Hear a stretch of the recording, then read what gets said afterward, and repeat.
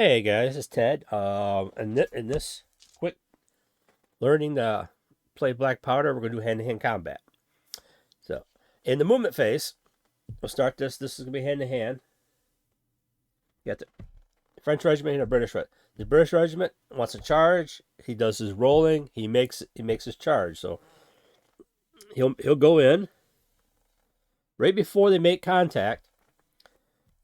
The French player will do a closing fire onto the British. It's always done at close range. So, and this is done in the charge in the movement phase. This is out of sequence shooting. So they go in. The French will get 3 dice. They'll basically hit the base number to hit is 4, but at close range they go to a 3. They roll, and I got 3 hits in a disorder. Okay, this is going to hurt the British. All right. The 6 is always a disorder in shooting, and is also a casualty. The British are going to take 2 hits to start with. Now they're going to roll if they can get out of the 2 hits. So their base morale is a 4. There's no modifications to that because they're not in attack column, they're not woods, not in buildings, not march column, and not hit by artillery. So we're not worrying about that. So it's 2 dice. I need 4 or higher. I do not get it. So they're going to take 2 casualties, and they're going to be disordered. Use this, and they're going to be disordered. They're going to close in. Now, if they already had 2 casualties, they took 2 more, so they're up to 4. So they took 2. So they rolled those 2. They failed. So they're still going to end up with 4 casualties. Now they're going to have to do a morale check because they're over their stamina value. So they take 2 dice. They're 1 over. Their stamina value is 3. They're 1 over at a 4. And they're disordered. So it's a -2 on the chart. So they roll the dice. I rolled an 8 with a -2, which is a 6. And on the chart for shooting, it says holds for infantry fire. What that means is they will stop there.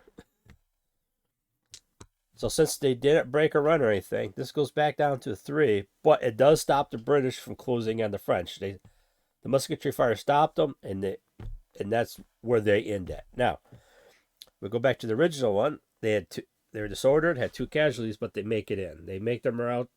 They didn't have to do a morale check or nothing, so they go in, and they're locked. So for the shooting phase, anything else going on, these guys are locked in combat, so there's no shooting into this unit or out of this unit.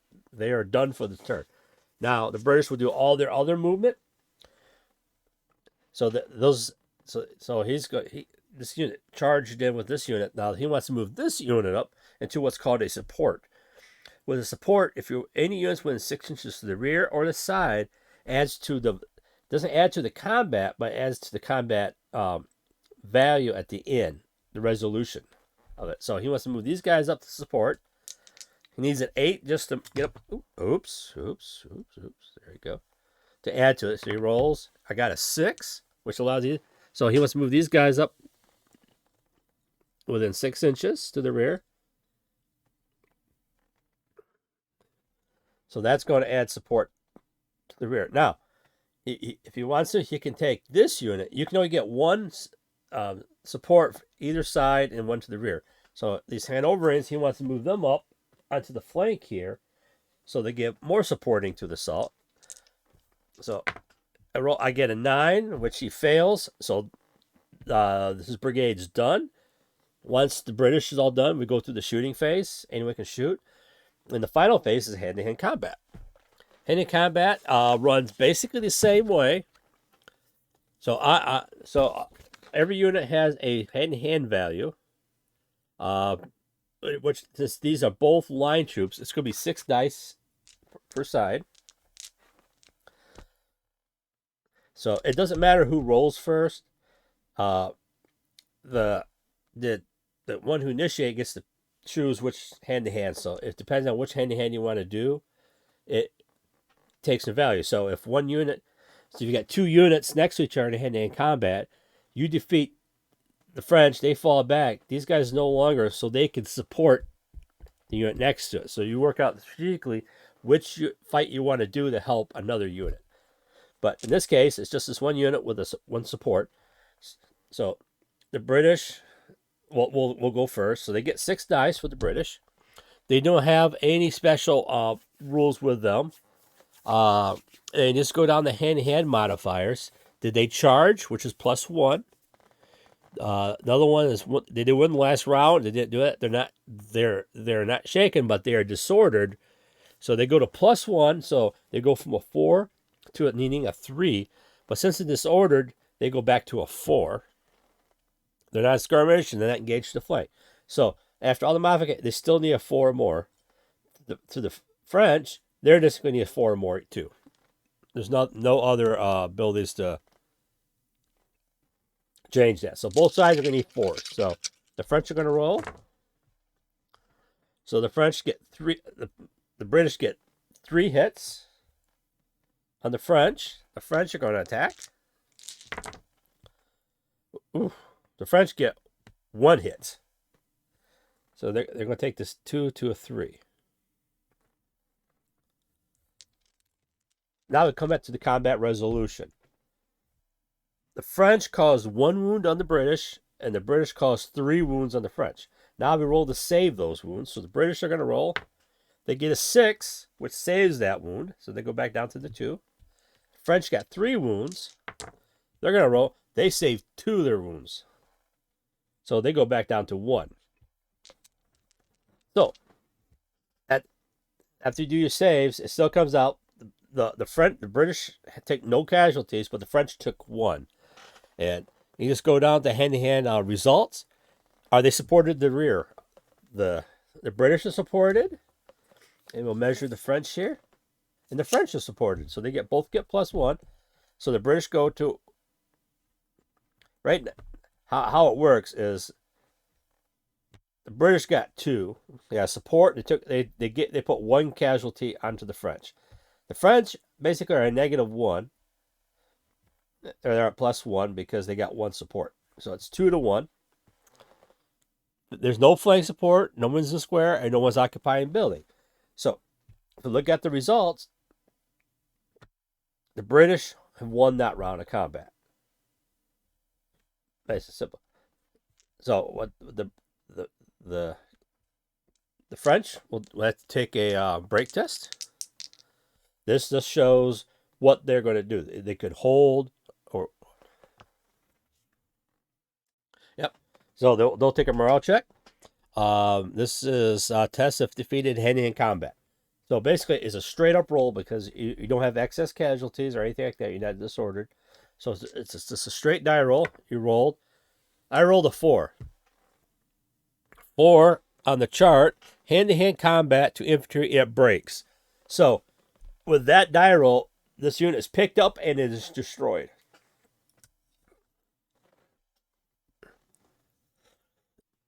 Sorry about that. That's right. So this unit is destroyed, and it's off. It's gone out of the table. The British overrun. But now, the results of that, this unit, which was supporting this unit here, since this unit broke and run, they're going to have to do a morale check from seeing that unit destroyed. So you roll the dice just like you did before. I rolled a 4. This unit breaks and runs. So because of this hand-to-hand combat, the French have been swept off the table.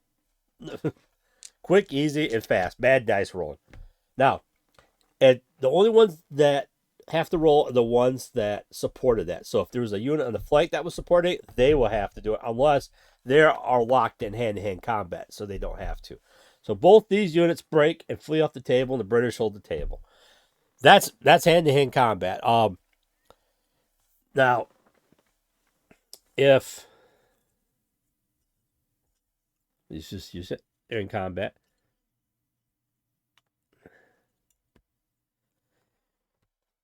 If the casualties make the British go over, and the French go over, they're both over their stamina, and if the combat results are equal, so no one has a advantage, then they both have. and usually if that happens in normal melee, they stop. They stay locked in combat, and they'll fight another round combat.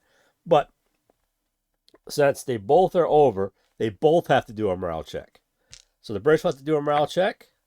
They rolled a 6, -1 for being one over, and -1 for being disordered, which will take that 6 down to a 4, which makes these guys break and they flee off the table.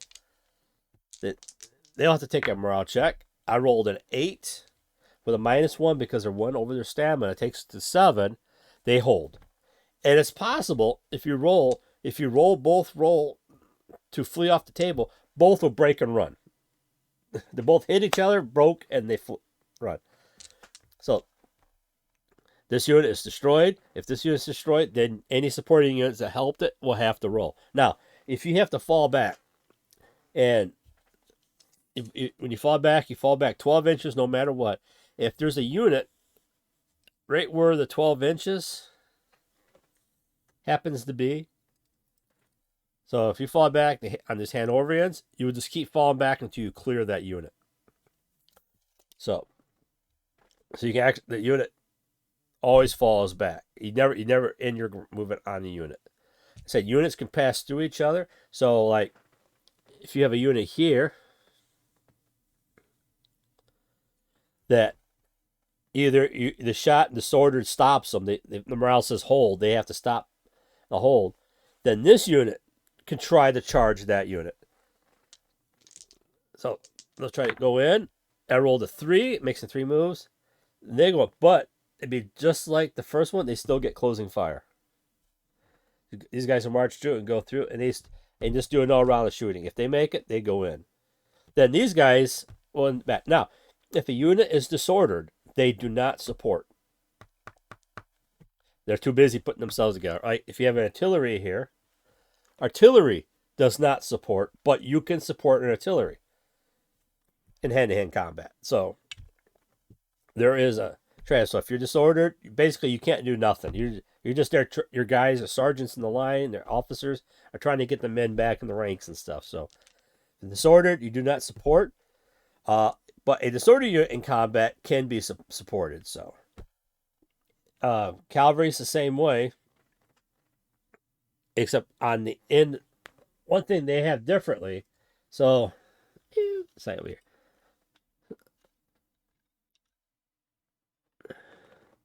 So if this is a British cavalry, the French are going to try to charge the British. They roll a 7.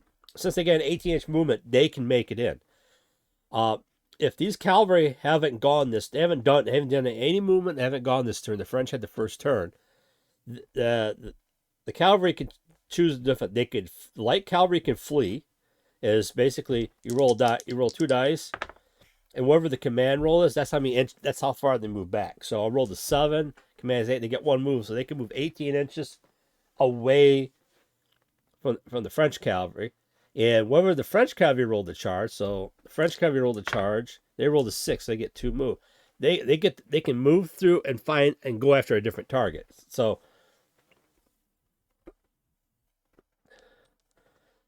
if the British cavalry is in front of the British infantry here, the French cavalry comes in, and for whatever reason, the British guy says, I'm going to flee. He rolls 6, so he'll get 2 moves, so he'll move. And when you flee, you have to move the full 2 moves. You're skedaddling. So if that takes you off the table, you're off the table. There's ways to come back on the table later on, but you flee. So these guys flee out of the way. These guys made a charge, so they redirected charge to the infantry unit. Will have to form square now. They just lost their cavalry coverage, and now they're going to be hit by the cavalry. Same thing. The cavalry moves within 12 inches. They're going to try and form square. 6, they'll form a square, and the cavalry will stop right there. But as long as the cavalry was within 12 inches, they must stay within square.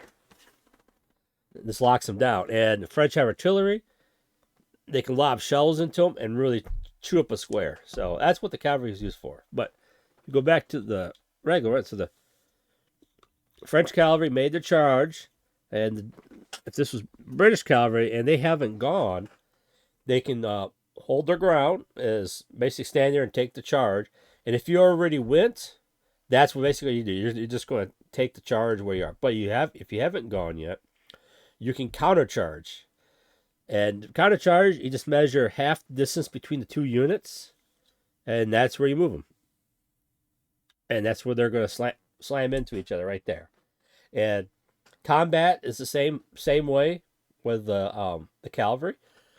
They got the same modifiers. It's the same chart and everything. You roll your dice. You do your casualties. Do your roll up for your casualties, and wherever the winner is, you do a your test. Now, unlike other one, if both the Calvaries survive and they pass their morale stuff, they're not locked in combat. The Calvaries will back up 12 inches from each other and stare at each other again. All represents the Calvary came in, swarmed, and separated again, reorganized. Now, if the Calvaries were in combat like this, and the British cavalry was destroyed, or they break, or they flee. So they flee back away. This whatever the leftover movement you got on the cavalry. So they had a distance of 2, so they got a 32-inch charge. They get to finish that charge, so they can move up and force the infantry to form square. If they form a square but it's disordered, you can go in, slam into them, then there's a round of combat. So it's called a breakthrough maneuver. You don't have to do it if you don't want to, but that's one of the benefits of cavalry is you hit the first unit, you break it, you move on. Now, if cavalry's charging infantry on the flank, they will not form square because they're not expecting it. So if one way of doing it, if this was a French artillery piece like this, and there's infantry moving up to it, you move a cavalry unit up to support that. If it's from 12 inch, they will form square right in front of the artillery piece. So when the artillery fires, it's going to be devastating for the infantry. But I said, even the square still can move, and they still can shoot. So you can move them out of the way if you want to. But if that unit's disordered, then they can't move. So they're sitting there, and you're just pounding them with artillery. So historically, that's what happened: is the cavalry moves up, the infantry will form square, and the artillery moves up and start pounding the squares. So, but I said, if the unit's disordered, then the unit can charge because you did form square, but it's a disordered square. So, as long as the square is disordered, then they can be charged in. Or if it's in the square, you have an infantry unit. This infantry unit can charge into that square. And for charging, for fighting and stuff, when you go into hand-to-hand combat, it doesn't matter what size the unit is. It's always one regiment against one regiment. So if the British can't do this, but if they ever an attack column and they go in, no other unit can go in there. It represents this whole unit. It's just a big mass of fighting. But it doesn't prevent you from charging 2 units. So if you have 2 units like this, you got artillery on the flank here and infantry here, and you go in, you can fight. Now, when you do this, you got to designate your hand-to-hand combat dice to what unit. And you always, at least half has to go onto the main target, and the other half can go onto other targets. So if you get multiple combats, then it starts. So, like, they come in, they lock, and whatever the dice roll, they stay locked. And if a French cavalry comes in, then the British will have to really decide how to break up the. Okay, so they only get 6 dice, so 3 has to go onto your main target, and the rest of the dice you can split off. So you can put 1 on the here, you can put 2 on the cavalry back here. But this cavalry, what's going to happen? It's going to die. So basically, most of your cavalry will either get 7 to 8 dice. They're attacking in the rear flank, so they're going to be throwing 16 dice against this infantry. This infantry is just going to get, but I can't say that because we've had it where infantry has beat cavalry like this. But by the odds, because even if you're attacking one base, this whole unit still fights.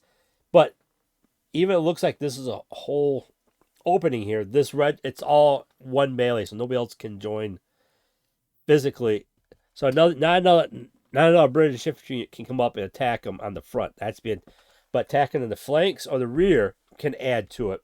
But only one unit. It looks kind of weird and odd to see it like this, but it just represents they're hitting and everything's just kind of swirling together. It becomes a big mob.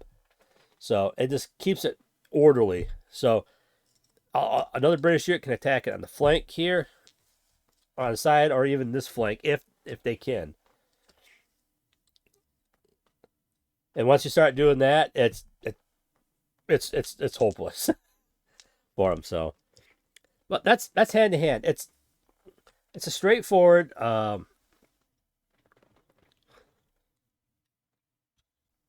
usage of the rules because everyone has a break this.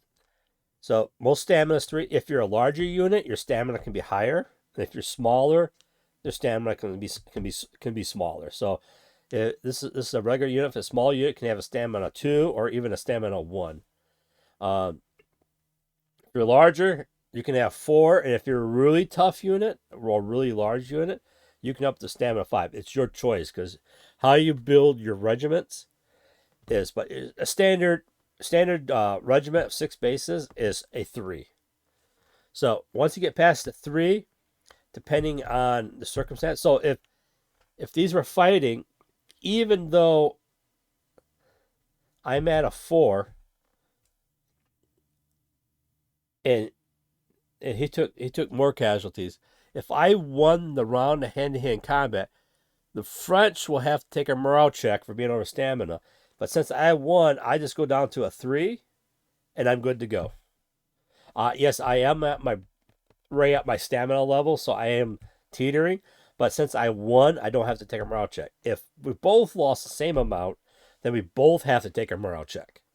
And this is both sides can do it. So, as you play it, you'll see how it goes. To test, exceed hits, suffer from shooting. So, like we go back to the shooting phase, he was shooting at him. He took 4 casualties and didn't save any of them.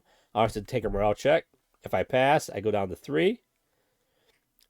And even at 3, I still keep going. But any casualties I take now, I have to take morale checks for. Or if I get a chance, a leader can come over and try to heal that. So he come over, I roll. If I make the command, that heals him. So that's the way to lore it. But you can, but as soon as you take 1 casualty, you'll always have that. You just cannot heal that last one. So if this guy stays out of combat, he stays here. You can heal him back down to 1 and get him back in action. But if he does that, he's connected to that unit, and any or whatever happens to that regiment happens to him. So they go in, they attack, and at the leader is the last thing you move in your movement phase. So he moves up. He wants to join them. Leaders get a +1 into melee. So the last one, both had a 4 because the British had a +1 for being the Chargers, but then they're disordered, so they go back to 4. But with him, that takes it back down to a 3 because he's egging him on. But if this unit routes off the table, you routes with him. He's gone. If the unit took any casualties and if they won, he's good to go. But if they lost, and they have to take a morale check, even if they stand, you still have to roll to see if the general's officer is captured or shot or out of action. And if he's carried off the table with the infantry, next turn you get another officer that comes in, but he's 1 leadership less. So if this officer was an 8, your next officer would be a 7. It's just lower rank. And if you lose that one, the next one's a 6. your officers start degrading down. So, they'll test shaken or suffering artillery casualties by closing fire. So, if you're charging an artillery piece, let's move the British out of the way. So, the French was charging a battery guns, and they took if they're shaken or suffer any casualties. So if they go in, they take one casualty, they're going to take a morale check. They roll, and I rolled 11. They're fine, and they get to finish going. But it doesn't matter what happens. Is charging artillery is not fun, but when they go in, take any casualties, they have to do a morale check. If you're defeated hand-to-hand combat, you have to take one. Test if shaken by drawn hand-to-hand combat. So if shaken, all that means is you're over your stamina limit. So if you go to 4, you're shaken. So if both, like they showed, if both are shaken, you both do a morale check. And chest supporting unit breaks or flees. So like this unit, like it did, this unit breaks and runs off, then any units that support it. If you had a unit not supporting them, then you don't have to worry about that. They go, we don't care about those guys. But unit breaks, they're gone. So, and that's it for hand-to-hand combat. And it's quick and fast. They make it that way so you can run the bigger battles, you can run a lot of troops, and you're playing. You can get in there. And that's what makes it a really good convention game, that you can get in it. And I said, when you're basing shooting and stuff like that, so it all works out fine. So on the next one, we're going to be doing the morale phase, which is the final thing you need to do after all the shooting is done and stuff. So until later, guys, keep painting and let's get the guys out there.